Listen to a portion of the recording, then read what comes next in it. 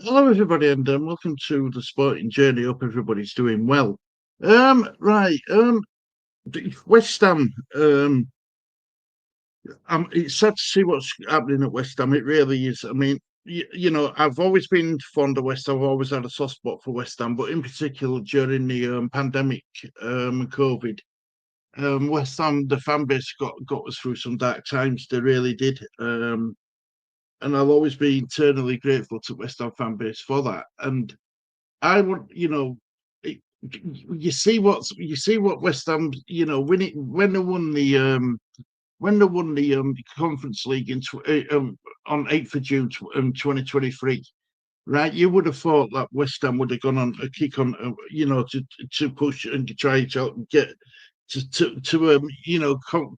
competing for Europa League at the very least, and it hasn't materialised like that at all. And they found themselves after sacking David Moyes going through Lopetegui and then on to Graham Potter within a season, within 12 months. And well, within 30, about 40 months, in it, West Ham have had three managers, and it's not good. It's not good. It really isn't good. And the more I watch the West Ham YouTube channels, especially Nick from Claret and Booze, they've it's always been that channel's always been good to us as well, by the way. But if you listen to what he says, and I'll put a link into his channel in description. He calls a spade a spade. You know what I mean? You can tell that he's not corporate. He don't, he don't receive brown envelopes or any special perks from West Ham. Far from it, because he's bold and honest, and he started off a petition. Let me get the I'll put the thing on the what you call it in the the banner. So if you type in TTPS forward two dots forward slash um, bsl.co.uk, it takes you straight through to their petition. Now, this is the way. This is the only way I know I can help the West Ham fan base, and that's by spreading, getting yourself to as many people as possible, because it's important, to let David Sullivan, Karen Brady, know exactly how West Ham fans are feeling, because it's been made perfectly clear that West Ham now, they're going to sell before they can even attempt to buy. Now, the problem is with that you've got a number one up for best somebody comes in for your players at the beginning of transfer window, and it hasn't happened as yet. You've got to hope for best that you receive the most money for these players. That hasn't happened yet. You know, the key players West Ham have got to sell, in my honest opinion, are Kudus and Paqueta, but we don't know what's happening with Paqueta, so you can't really count on the Paqueta money. So that leaves Kudus. Now, his release clause is £85 million. After the season he's had last season, no one's paying £85 million. The only interesting West Ham have had for Kudus is from Chelsea, and that wasn't really about cash. It was about offering players for him, and that clearly isn't good enough for West Ham and what they need, and what Graham Potter needs to build this squad. Just what suits his style of play. Now, that in itself is a dangerous game, because to me, Potter hasn't proven that he deserves to have that at West Ham. If I'm honest, so I will.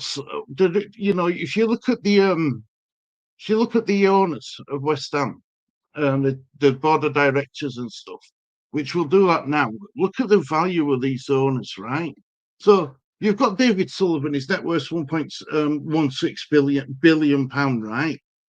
Now, yes, some of that might be tied up in property and stuff like that, but surely to God, you could get a loan out against your property or whatever you've got, and to invest into the squad.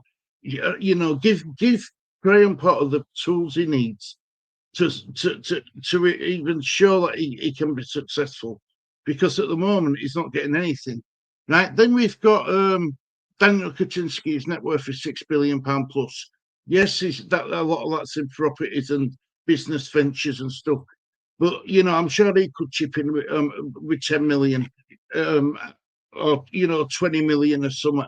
I'm sure that David Sullivan could chip in with 20 million or something.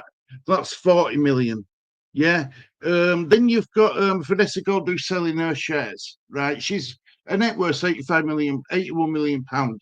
Now, and I get it that she's trying to sell the shares she inherited um, when her late father David Gold passed away in January 2023.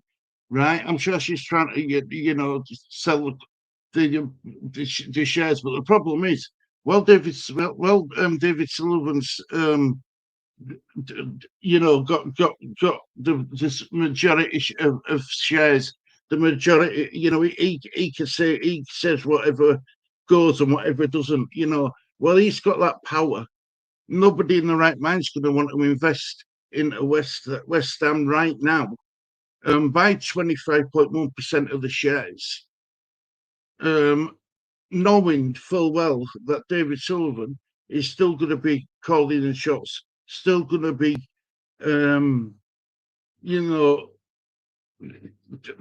being the main man. I guess is that he's a little man in stature, but God, he fixes a beast, doesn't he? And this is the problem with David Sullivan. He's too big. He's too big for his own boots.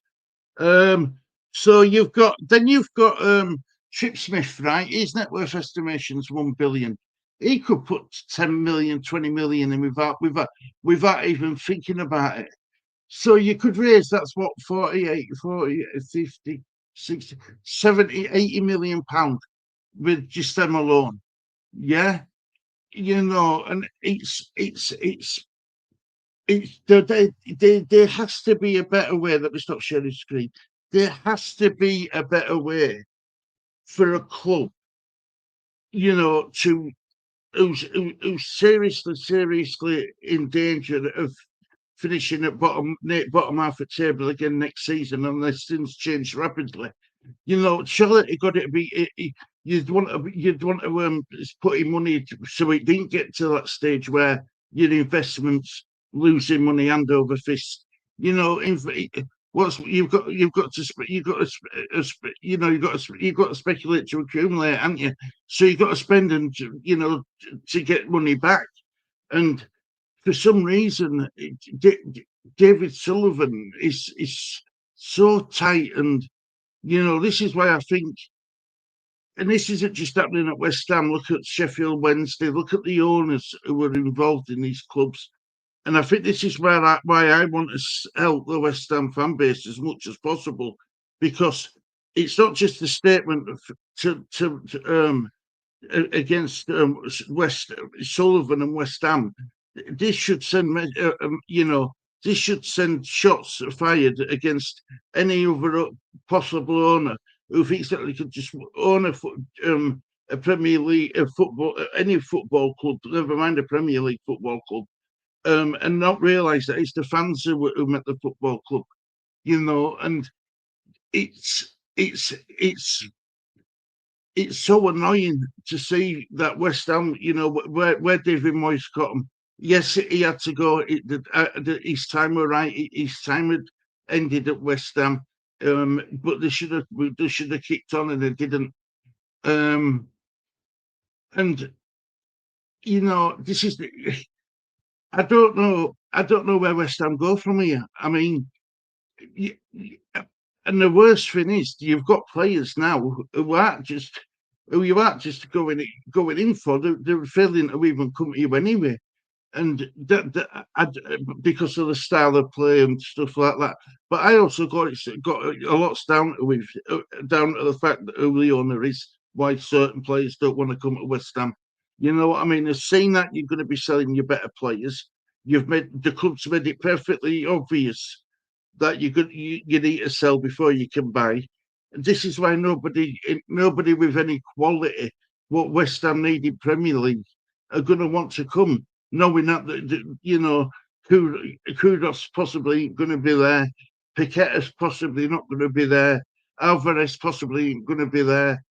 It's an Emerson to the Emerson recently's been, um, you know, come out and said that Emerson's leaving West Ham as well. Now, it's all right losing his players for like 5, 6, 7, 8 million pound, but you're not going to be able to bring quality players in with small sales like that. So Sullivan and the board are going to have to reevaluate the situation they're in and fast before transfer window opens again. Because what West Ham needs to do, in my honest opinion, is as soon as that transfer window reopens again, they need to make a statement signing about who they want to bring into the club, and bring him into a club where fans can get somewhere where they can get behind. Because even the season ticket allocation is going to be lower than what it was last season. A lot of people aren't renewing. A lot of them have had enough. And to be honest, I don't blame them. I really don't blame them at all. And somewhat drastic has to change at West Ham for West Ham to be successful again. And for me, that's getting Sullivan out of the club, or at least signing his petition, making him realise that people aren't happy, people are making the stand, and you know, people have had enough, and the fan base has definitely had enough. Anyway, I'm going to leave it there, guys. Thank you very much for watching this short video. Hope you've enjoyed it or not enjoyed it, if you know what I mean. Sorry it's such a negative video, but there's nothing to be positive about it if you're a West Ham fan. There really isn't. There's not to get your teeth into. Anyway, I'm going to leave it there. Thank you for watching this edition of Sporting Jenny. Until next time, guys, have a great weekend, and I'll speak to you all soon. Take care. Bye-bye.